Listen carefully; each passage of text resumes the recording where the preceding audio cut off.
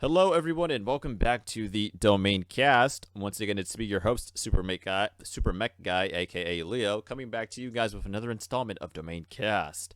Today, we have a channel with over 11,000 subscribers that focuses on baseball content. Ladies and gentlemen of the DomainCast, please welcome today's guest of honor, Outta Here Baseball, aka Bobby. Hey guys, thanks for having me on. Awesome, dude. Thanks for coming on to the channel. Really appreciate it. And we're going to start off with some questions about your YouTube channel, if that's cool with you, man. Yeah, all right, let's go. All right, so first off, I want to start with this one, a pretty easy one, or it could be a very difficult one depending on how you see this. What made you want to start your YouTube channel in the first place? Was it another channel that inspired you, or did you always want to do something like this? Right. So when I was in college, I graduated this past May. Shout out to the Seahawks. So I wanted to, try to make my own path, like, instead of being employed by someone, really wanted to do something on my own in my free time. So I thought YouTube was a good way to do that since there wasn't many baseball channels at the time, or none of them were that big. But Foolish Baseball, who has 100,000 subscribers now, he had he maybe had like 3 or 4 of his baseball bits series posted at the time. He was growing pretty fast, and I felt that like there is an untapped market for baseball content on YouTube. So I started making videos. Uh, the content I was doing wasn't that good because it was like top tens and stuff, and posting one of those a week just wasn't cutting it. So eventually I switched to a statistical approach, use a different video program called Video Scribe. And those videos eventually took off. And here I am now, 11,000 subscribers, grown pretty quickly. So I'm thankful for all that growth. Awesome to hear, man. Yeah, you definitely been growing. I saw recently you had a video. I think it was something titled around the lines of, "Thank you for reaching 10,000 subs," right? Something along those lines. Yeah, I posted that earlier this week. I passed 10,000, yeah, probably about a week ago. But I think in beginning of February, I had 400 subscribers. Had one video that just happened. Then Major League Baseball, like they gave me a shout out. Like they found my Nice. stuff. It was crazy. Like things have just blown up the past 2 months. Now, how do you feel about reaching 11,000 subs? Like, is that a big milestone for you? And where do you see yourself hitting? Like maybe 100K pretty soon, or what's the deal with Ooh. that? Um. So every thousand, like I'm thankful for every subscriber, every person who Definitely. wants to watch my stuff. But I guess the quicker that you hit these milestones, like every thousand means a bit less.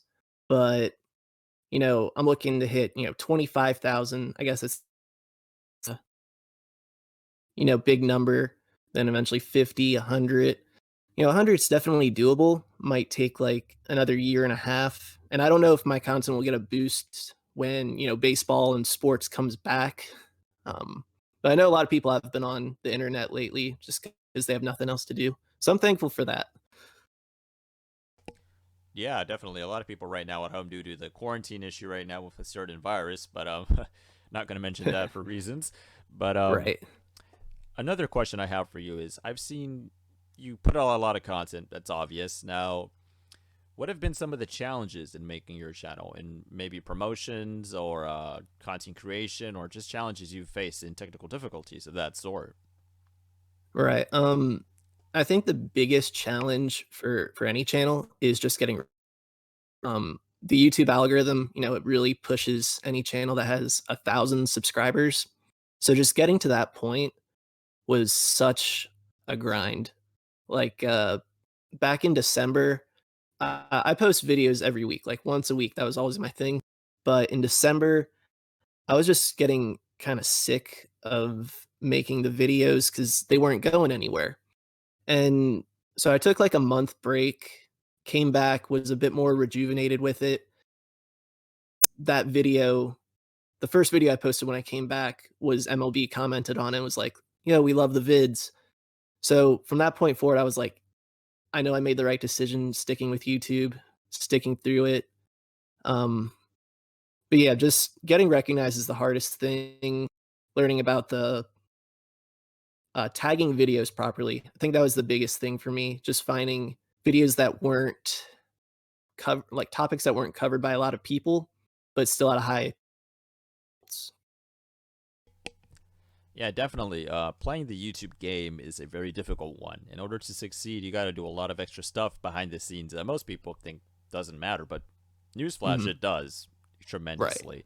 Tags, description boxes, it's all in there in the algorithm, and titles too, and even thumbnails these days. You got to have a nice, perfect combination of everything in order to get to where you want to get to when it comes to subs, views, and just fan base in general here on YouTube. If you upload a video with the wrong tags and you spend a lot of work on it, I'm sorry, but you're not going to get Yeah. any decent views on that. Yeah. Uh, and you really got to learn that stuff on your own because I watch so many videos on like video creators, and I think Roberto Blake, he's another one who, talks all about SEO and Yeah, ways to I've get heard your that term channel before bigger. too. Yeah. But yeah, you just really got to learn things on your own, find what works best for you, and within the topic, the community that you're trying to make videos in. Now, I think for you, you have a good chance here because you have a certain niche that you're applying yourself to, the baseball scene, right? Now, I think Hmm. some other sports channels, I think they might spread themselves too thin, trying to tackle every sport out there. But when it comes Yeah, to you, you're just focusing on baseball, so you have a lot more centralized approach for what you're doing. yeah. I mean, that's definitely helpful. Baseball, there there's a decent amount of channels now, but there's not an oversaturation of that market yet.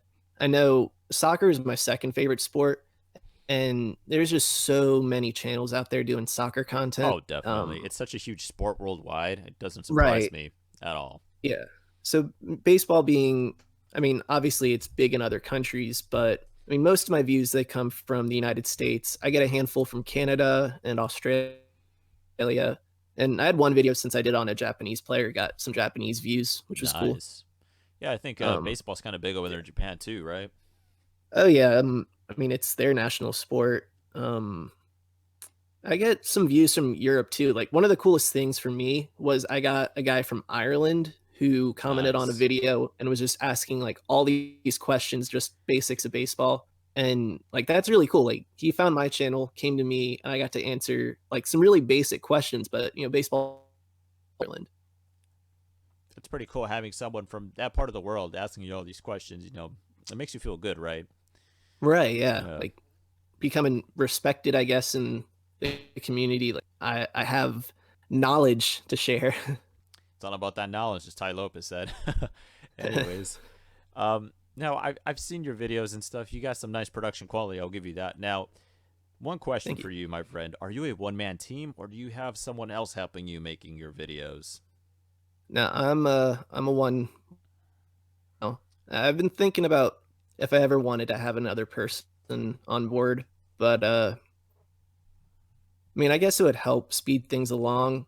Um, but no, for right now, just doing things by myself. It takes like 15 to 20 hours to make one video.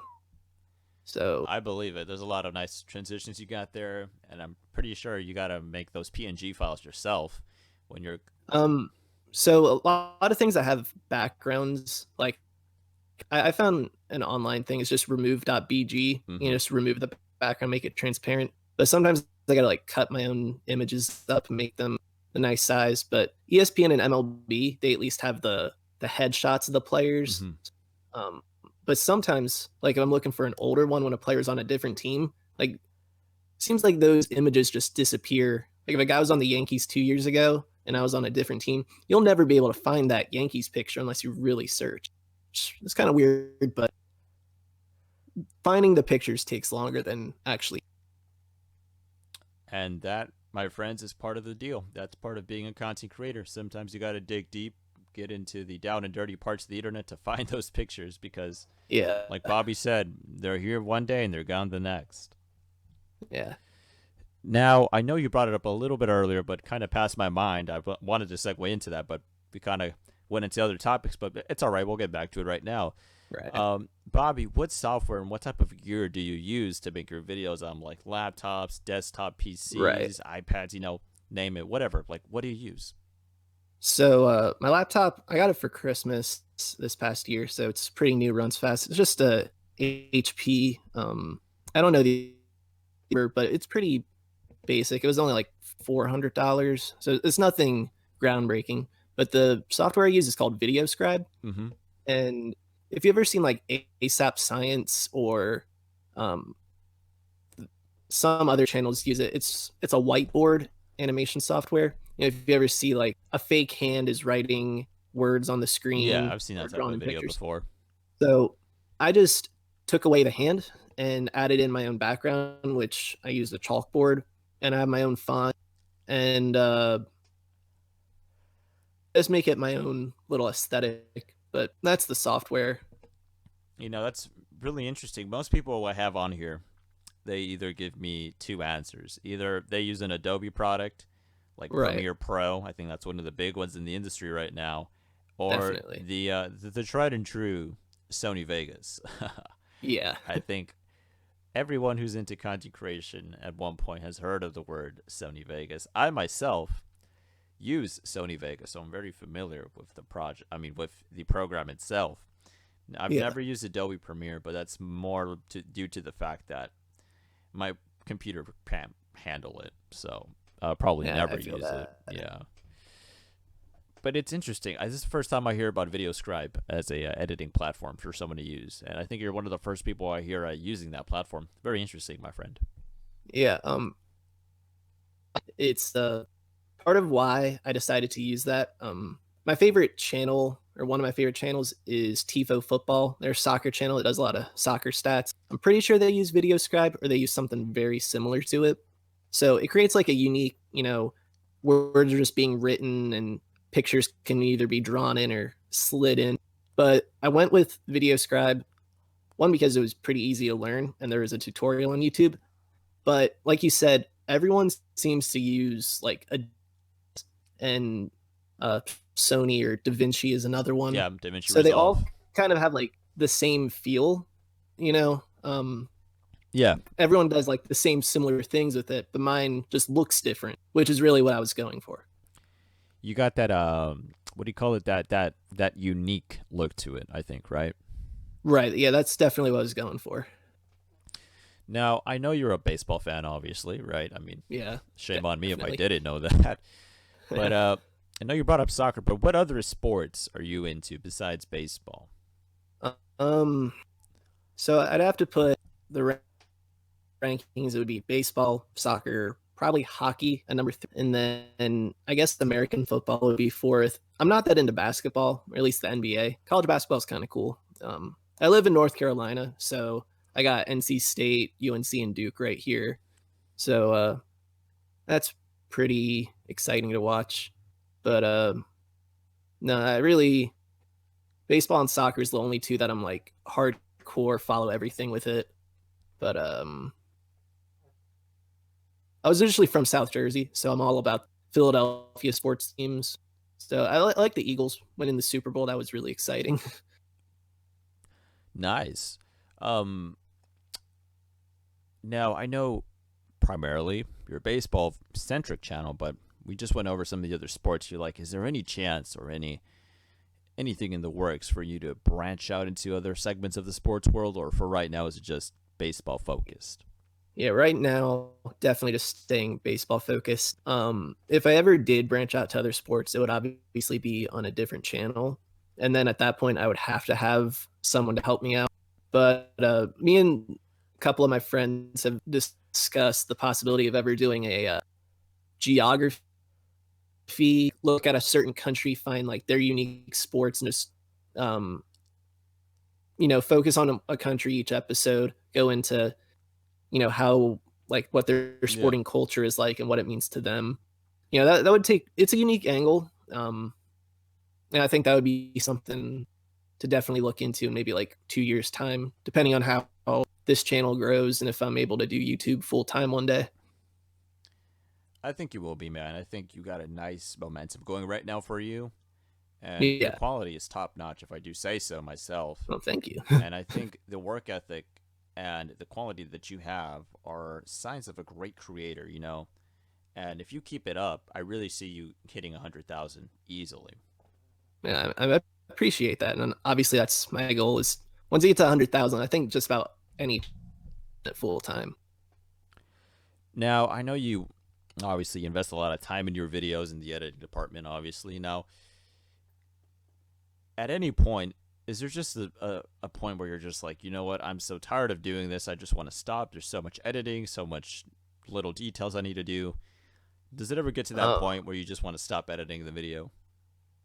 um, yeah, I mean, sometimes, so like with video scribe, you put your images and text onto timers. I mean, for 2 minutes, like the picture is going to be drawn in, and then for another, or not 2 minutes, 2 seconds it takes to draw in, and then 2 seconds it'll take to just pause on it. Like towards the end of videos, I sometimes get a bit lazy. I'm just like, I'm not going to bother timing things out. I'm just going to have it pop up and not do any animation with it. Um, which um, I think if I really focused on that, maybe budget my time a bit better. I was just finishing today before we started this. That'll be posted in a couple hours. So I was hitting that point. It eventually it starts to wear you down, but it's all worth it when people comment and like what you do.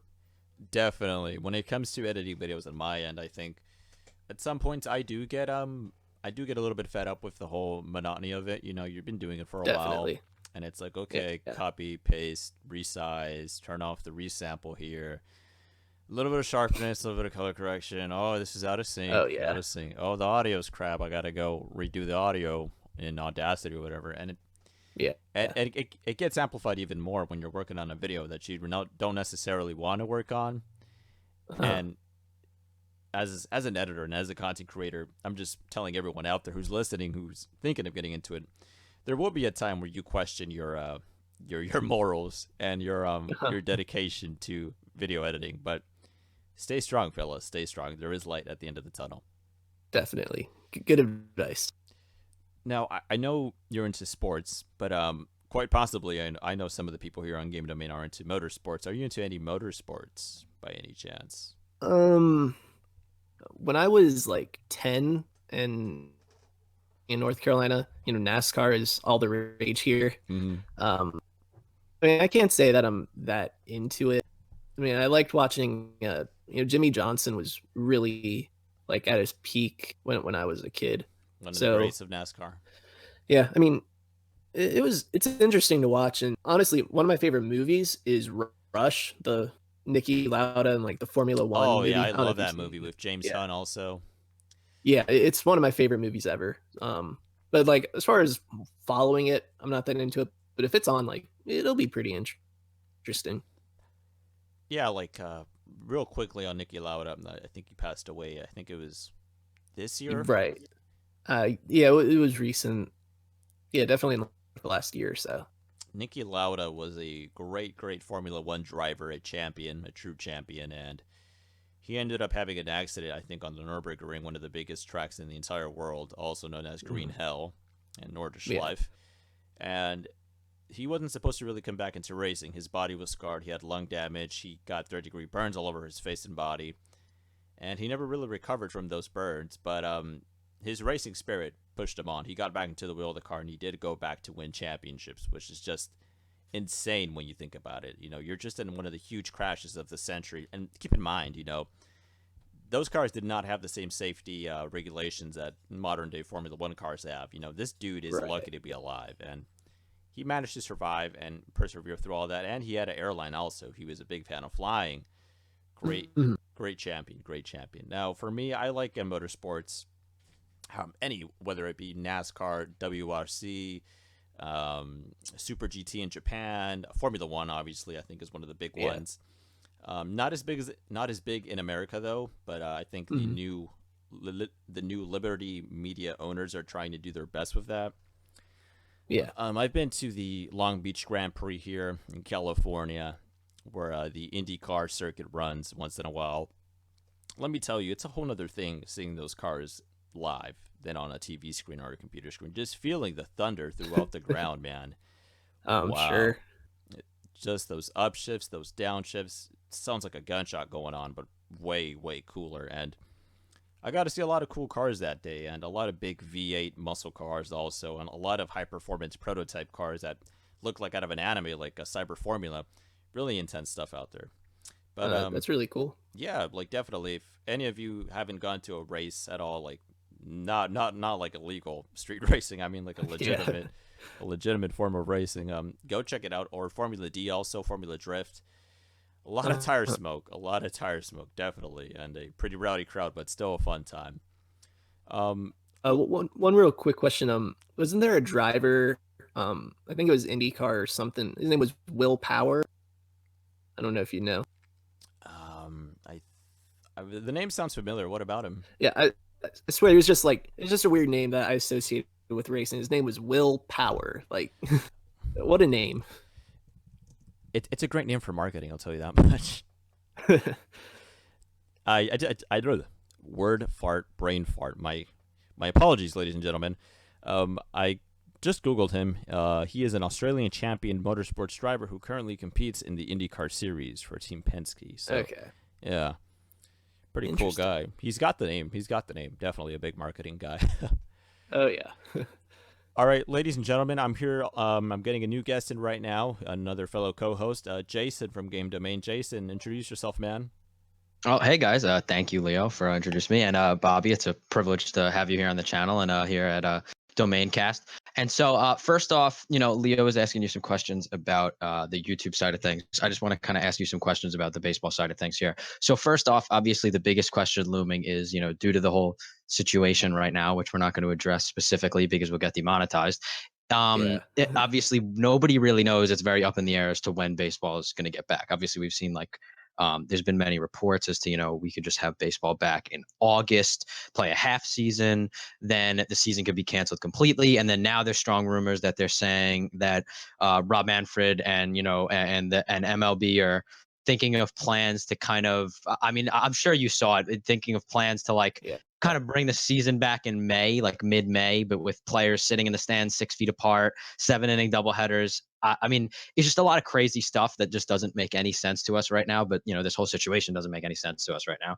So I just kind of want to ask you, what are your thoughts on when do you think baseball will be back? And two main questions I wanted to ask you was, what do you want to see happen with the rest of the season, and what do you think will actually happen? Because obviously, for me, there's something that I want to happen, and there's something that I think will happen, and that Major League Baseball will actually do. So I just kind of want to ask you the same question as to what your thought process is on that. Obviously, what I want to happen is as much baseball as possible. Yeah. So if the May is feasible, I know that they're talking with health officials to make sure everything is squared away. Like they're not doing anything that would put players at risk. Like obviously, I'm all for that, but I think realistically, July, maybe August. I'm pretty optimistic. Like I think a season will happen in some form, whether it be 81 games, like half the season. Um, but I mean, we've seen that in the past with baseball. Yeah. Like 1981, they played a weird half, and then a second half where the winners of both halves would play each other. We've dealt with strikes in the past. Yeah, like the 1994 strike. And right, and you know I think baseball will definitely happen. They'll adapt the schedule in some sort of way. Maybe this would be a good time to implement that expanded playoff picture. Um, you know, kind of this test it out because it's, no, it's kind of I really, think this season would be a good time to test out the yeah. sort of things. I know they're saying about the electronic strike. just to keep Yeah, they also umpires away. to keep umpires. I did see that too. Yeah. So also, now, I mean, no, the second thing I wanted to get into here was obviously, you told me before, before the show when we were messaging, you told me that you're a Phillies fan. I'm a Mets fan up in Long Island. Right. So I kind of want to just ask you real quick, what do you think are some teams that you could think could surprise people? What are your top contenders in both the American League and National League, and who do you think will be competing, for an a pennant race towards the end of the season? Right. So I guess we got the usual suspects in each league. Like the Yankees are strong. The Twins, Astros, even throughout the whole scandal, like they still got talented They're players. still a good team. They'll still be competing. And then in the National League, obviously the Dodgers. After that, I think it's kind of in the air who the second best team in the National League would be. But I think the Reds have been a pretty trendy pick after their big free agent signings this offseason. The National League Central, it's very much in flux right now with every team except for the Pirates, I'd say, is trying to compete. Yeah, because the Cubs and the Cardinals, they're kind of there, but they're not as good as they used to be when they were competing and winning division titles and wild cards every year.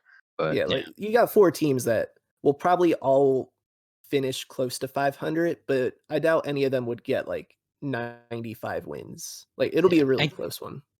Kind of the same thing in the NL East, because you got the Braves, the Phillies, you got the Braves, the Phillies, the Mets, and the Nationals, and that it's kind of the same situation there where they could all finish around 500. You might not even, even the defending champion Washington Nationals. I think they only won 92 or 93 games last year. They're not gonna. I think the Braves won the division with 97, I think, and they none of those teams in the National League East, none of them are really gonna win. They might not win 95 plus or 100 games, definitely not 100, but like you said, there could be a couple. There could be a couple teams that are competing for positions in the playoffs and just to be kind of around 500. But yes, personally, I think the NL East. You see, I think those 4 teams are just overall more talented than the teams in the NL Central. Oh, where yeah, it's going to be more of a mediocrity thing, and NL East, like they're whoever the second best team in the National League is behind the Dodgers, it'll come from that division. Definitely. Yeah, because obviously, like the Braves coming off of back-to-back really strong years, Nationals obviously World Series champions, Mets hopefully can live up to the hopes and projections, and that kind of brings me to another point, because I was watching some of the videos on your channel, and I watched your video on why do the projections love the 2020 Mets. So I'd like to ask you this question, because you are a Phillies fan, so you kind of just put your bias aside as being a division rival. What do you look what do you look to see? How do you think the Mets are going to do this upcoming 2020 season? Right. So the big part with why projections love them was last season, and then all those guys like Edwin Diaz being the main culprit as the closer. He can't get worse this year. That's why the projections like him, because he can't get worse. So there's nothing much really changes. Just I guess missing some spots, and like he was giving up home runs in the worst spots possible.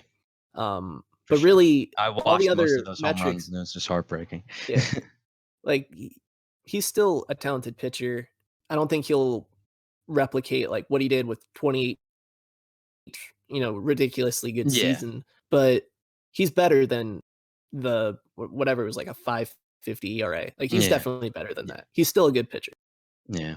And then you got Betances coming back from injury last season. Like there's no reason to believe he won't be at least an above average pitcher, if not Definitely recapturing his elite all-star level form. Yeah.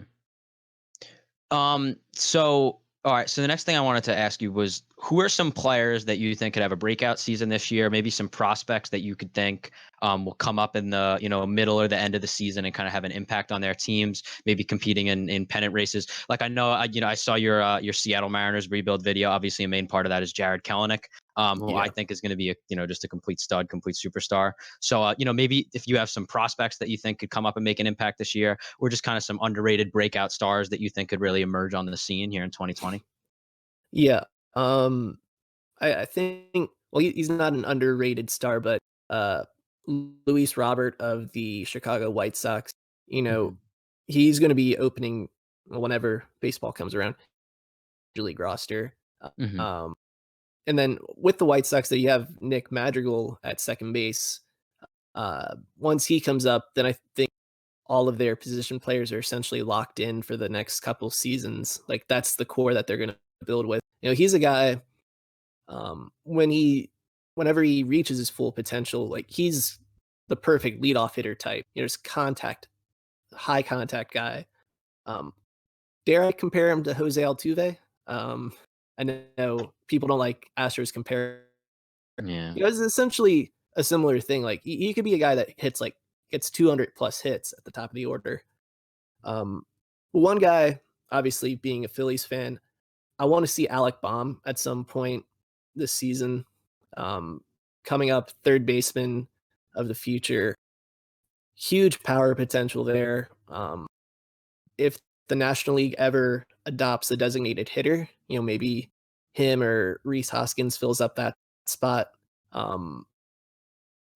It's exciting to see a top prospect come through because the last time that the Phillies had a hot shot third baseman coming up, it was Michael Franco, Yeah, who we all know. never Yeah. really panned out. I mean, you saw glimpses. Excuse me. You saw glimpses here and there of what he could Walk off do. 3-run home run last year against the Yeah. Mets. And now he's with the Royals. Hopefully he does well, gets a new start. Yeah. But I hopefully, mean, who knows? You could see. I mean, with Michael Franco, kind of how that's happened with the Mets so many times too. Is that you have these big prospects that come up, and then they just kind of don't pan out, and then you ship them off to you release them, they get signed by another team, and you look at Travis d'Arnaud, who was our top prospect for a while, and considered to be one of the best young catchers in the league. Just came up, was always injured, never panned out. He goes to the Dodgers, then he eventually goes on the Rays, and then he starts hitting like 3 or 4 home runs against the Yankees every time they play him. And I mean, then he just kind of had a breakout into the year, and now he found himself a nice home in Atlanta. He's got a good deal there. So yeah, I mean, who knows? That could happen with Michael Franco too. And yeah, maybe. Never know. yeah. So you talked about the DH and the NL. So I'm just curious because I'm an NL guy, you're an NL guy. What do you want to see the DH implemented in the NL, or what are your feelings on that? I'm young and I don't have the, traditionalist background. So obviously I'd love to see the DH. I hate seeing pitchers just strike out and put up like 160 batting averages. Whoever just happens to be close to an average hitter wins the Silver Slugger. You hit one home run. Hooray. Here's an award. I mean, yeah, I kind of have a differing view with you on that. I kind of like the traditional aspect of it, even though like you said, I'm also young. I don't really have that like traditional value to it, like the older generation would have. They would never want to see a DH in the National League. But I kind of also like keeping that like traditional value because I think there's something unique about having National League teams. They don't have the DH, and American League teams they have the DH, and then it always creates that argument of maybe is that why some of the more powerhouse teams that score more runs and hit more home runs, that you see those teams in the American League because they have that DH, that whole extra player who doesn't need to be a good fielder, who can just go up there and hit. And I think it kind of brings like a little bit of uniqueness into like the games, and because also I feel like there's not that much that differs between the two leagues nowadays. You know what I mean? So I feel like that's kind of the one last things because back before interleague play came about, the National League and the American League, it was basically like two separate leagues. And then they just came together to play each other in the World Series, and that was what encompassed Major League Baseball. And I think now with interleague play, and then I think for up until like 2012, I don't remember exactly when they changed it, but originally interleague play only happened in the first half of the season, and then the first before the All-Star break, you'd play your interleague games, and then after the All-Star break, you play no interleague games. But now that you play them the entire season, which to me also is kind of weird because you have like a team in in a division race in the National League playing like the the A's in like in a series in the early September. They're not competing against the A's. It doesn't really make sense. But so I kind of wanted to see that stick around just to kind of keep some more of that American League, National League aspect that was kind of always there in Major League Baseball. But I mean that's just my personal thoughts of it. Obviously, you have a a good argument too. So what maybe one of the last things we'll touch on here is that who do you think are going to be the contenders for the awards kind of in the American League or National League? Who do you think is going to be contending for that MVP, home run title, batting title, Cy Young, all those types of awards?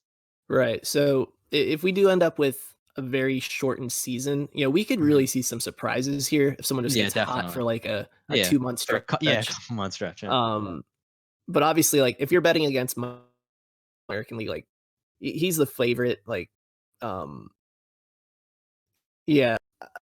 don't know who to pick aside from him in the American League. I know Matt Chapman of the A's is a pretty popular pick.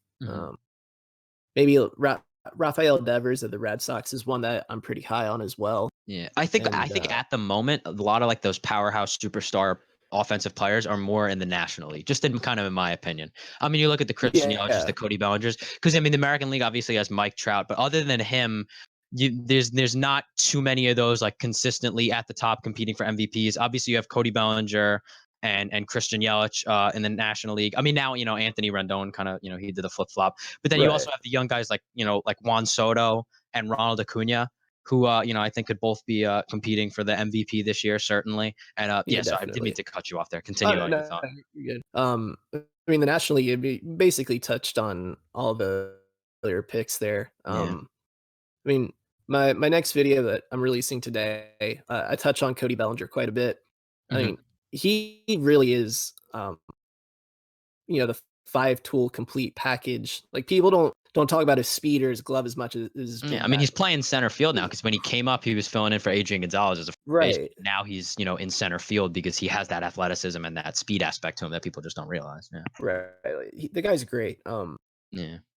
I guess I'd pick him just to see a repeat. I'm picking the 2 MVP winners from last year to win again. I guess that's a bit basic, but yeah, I mean, they really are. I think the most talented right now. Yeah, for sure. And yes, so you just touched on MVP. So maybe who were some of your thoughts on Cy Young? What do you think that's going to go? Yes.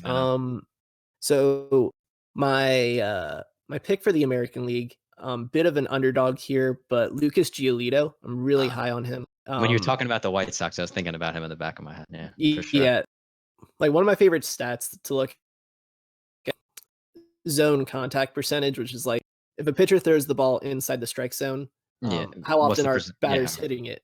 And like his percentage was one of the best in the league, like up with Jacob deGrom, Max Scherzer, and Garrett Cole. Like he's in that territory of like the star pitchers. So I think if he can like lower the walk rate a bit, like he's going to be top 5 pitcher in baseball.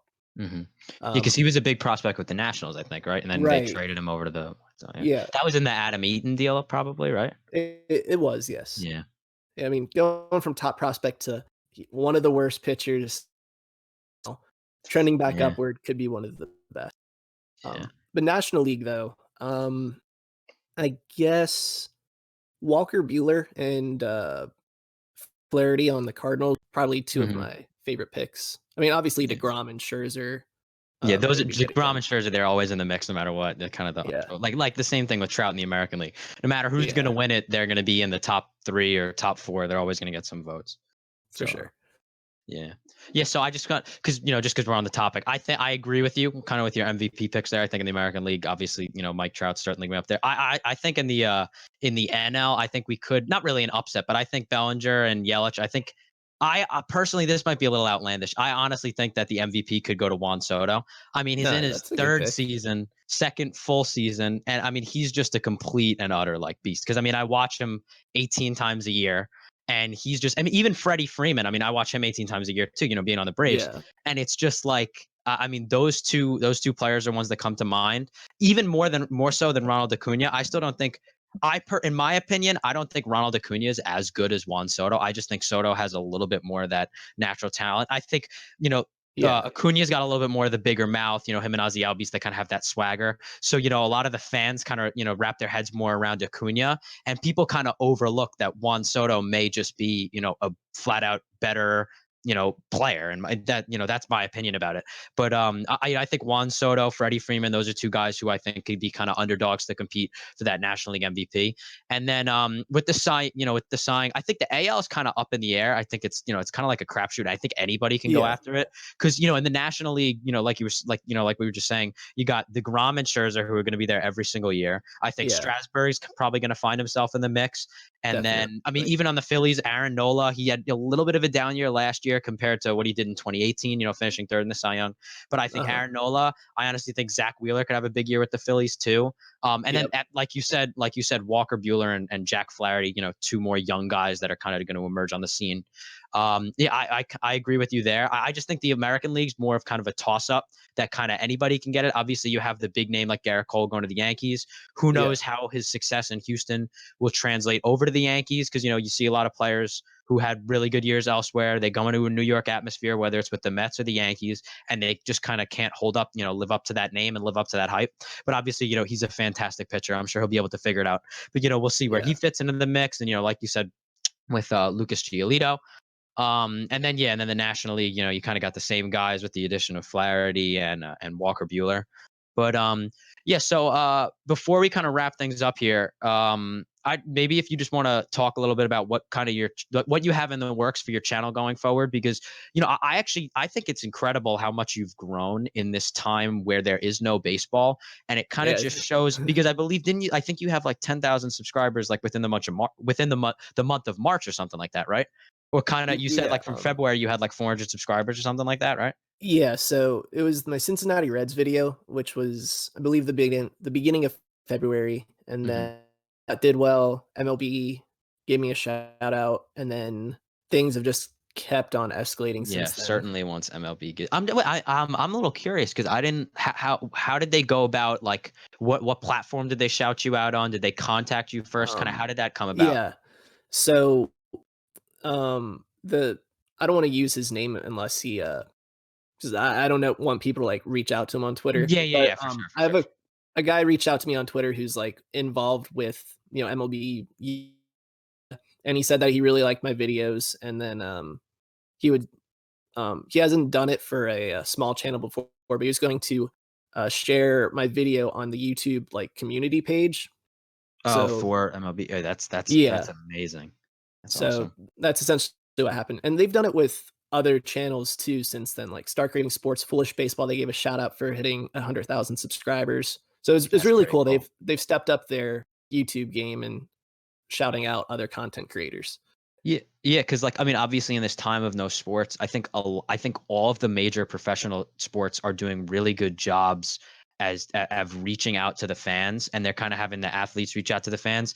I mean, like, we're seeing with baseball. I think now they're starting tonight. I think I saw on MLB's Instagram, like, each MLB team has like one player representative who's competing in like an MLB The Show like season tournament or whatever, which I Right. just think is pretty cool.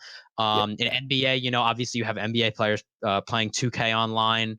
NFL, they're kind of the only major sport that isn't really being, that affected right now. But even like, I'm a big NASCAR fan, and NASCAR has the iRacing simulation platform, Yeah. and that's like kind of an ultra realistic form of kind of what it's like being out on the racetrack that you don't really get the feel of with any other sport, just because you can't really like simulate the act of actually shooting a basketball in a real NBA game. But like, they have all of the real drivers competing every weekend on Sundays, when the races were actually normally supposed to be. They have them all competing in like virtual races, and they're airing them, on national TV and kind of reaching out to the fans. And like, SNY, who broadcasts the Mets games, they have Gary Cohen, Keith Hernandez, and Ron Dawning, the Mets 3 announcers. They're announcing simulated Mets games on MLB The Show, and they're putting them on SNY at like basically like every night or every other night. And I just think it's so cool as to how and like you were just saying with, because the MLB, social media and the MLB YouTube, they're kind of reaching out to smaller channels and helping them grow, because they're trying to give people some sort of baseball. And obviously there's thousands of people, like, your channel's blown up just within this month that we haven't been able to have any sports or haven't been able to have any baseball. So I just think it's really cool and really unique, your situation, as to how you've been able to grow so much. And I mean, I hate to say it like this, but you're kind of making, your channel's example of good coming out of a bad situation, if you know what I mean, because you have this bad situation of all these people being home, and here you are for about a year making, fantastically made, fantastically edited videos, and you only had 400 subscribers in February. And then this whole situation kind of kicks in, and now you're kind of you're being rewarded for all your hard work up until this point. And I just think that's really cool to see. And obviously, your 10,000 subscribers video was 2 days ago, and you're already at 11.6 thousand. By the time I look later tonight, you'll probably be at like 12,000 or something. I mean, it's just amazing to see how much you're growing. And I really hope that you continue your success, and that the YouTube world keeps treating you well. And yeah, I mean, your videos are just amazing. Like Leo was saying before, just very well edited. Obviously, I liked your Mets projection video, just a little personal bias. But I can't wait to see more content looking forward. And so, kind of just the last question I want to ask you before we wrap up here, and then we'll see if Leo has anything else to say before we finish off. What is your, like? Are there any other like what's the content that you're going to be putting out within like these next couple weeks? Anything for people to kind of look forward to? Right. So since we so one thing I know with my content compared to like Foolish Baseball or any other baseball channels is I know he takes longer with his videos, so he can't touch on like current topics as much. Oh, I see what you're saying. Yeah. So We have that same kind of issue Yeah. too over here at Game Domain, because you have a video that's written, and then you'll have a video that has to be VO'd and it has to be edited, and then by the time it's edited, it's like outdated already because Nintendo will have some sort of Nintendo Direct that like announces stuff about a video game Right. that we didn't talk about in the video, and then it creates a whole bad situation. So I kind of understand what you're saying about that. Yeah. So I have a somewhat faster turnaround. I know I was hoping like, baseball season would start and then I could, if a player was doing well, I could, make a video on him like, oh, is this a hot streak? Is it for real? Like, has he made big changes from last season? Hmm. But over the next few weeks, just gonna keep doing I like to look at what people suggest in the comments. Like I have a bit of a spreadsheet right now with suggestions made up just to see Hmm. what's most popular. So I know a lot of people wanted a St. Louis Cardinals. I'm gonna touch on them at some point. Gonna make a more of an explainer video, like wins above replacement. Try to go all the ins and outs, pros and cons, because a lot of people look at my channel. I use more like advanced analytics, and Yeah. WAR is one of those that's seen as the holy grail by some people, but then other people think, oh, that's the worst stat ever made. It's Hmm. stupid. Um, yeah, that's and then today I'm posting a video. It'll be out by the time I guess this podcast comes. Yeah. Cody Bellinger, Pete Alonso, Aaron Judge, comparing their rookie seasons and their home run hitting prowess and how it compares to seasons across history among rookies, of course. Yeah, yeah, that sounds like a cool video. And obviously, like the thing with that is that Bellinger and Judge, we kind of seen how they've been able to build off that. Judge has been Right. struggling with injuries since his rookie year, but obviously when he's on the field, he's still making a major impact. For the Yeah. Yankees, I both essentially on and I off say the that field. exact thing. Yeah, but you're both on and off the field, and then Bellinger obviously being able to now win an MVP after having not an amazing 2018 season, maybe a little bit down from where he was in 2017, but then in 2019 Yeah. just completely rebounding. And then the thing with Alonso out of that mix is that we haven't seen anything else of him other than his rookie Right. season. So you kind of have three different stories there because Judge has a great rookie season, same year Bellinger's healthy the next 2 years, and you see what he does. Judge isn't healthy, but you see what he does when he's on the field. And then Alonso just, we haven't seen anything else of him. Hopefully we'll see some more of him within the next month if MLB gets back to it. But yeah, so just before we wrap up, Leo, is there anything else you want to ask Bobby here before we finish up? Bobby, quick question. Are you into any Yeah. combat sports by any chance? Boxing, UFC? Not really. I mean, I'll watch it if it's on like in a bar or something, but follow it. Fair enough. Yeah. I'm somewhat big fan of boxing. I think Jason seen me post about it in the Game Domain general section before, but but yeah, Bobby, that's about all for this Domain Cast. Ladies and gentlemen, thank you for joining us once again. Today I've been your host, Leo. I've been joined by Outta Here Baseball, aka Bobby, and Jason from Game Domain. Bobby, thanks for coming on, man. We really appreciate it, and I really hope the best for your channel in the future. Thanks. A lot of fun, and best of luck to you guys too. So thanks for having me on. No problem, man. Everybody, as always, we will catch you guys later. Peace.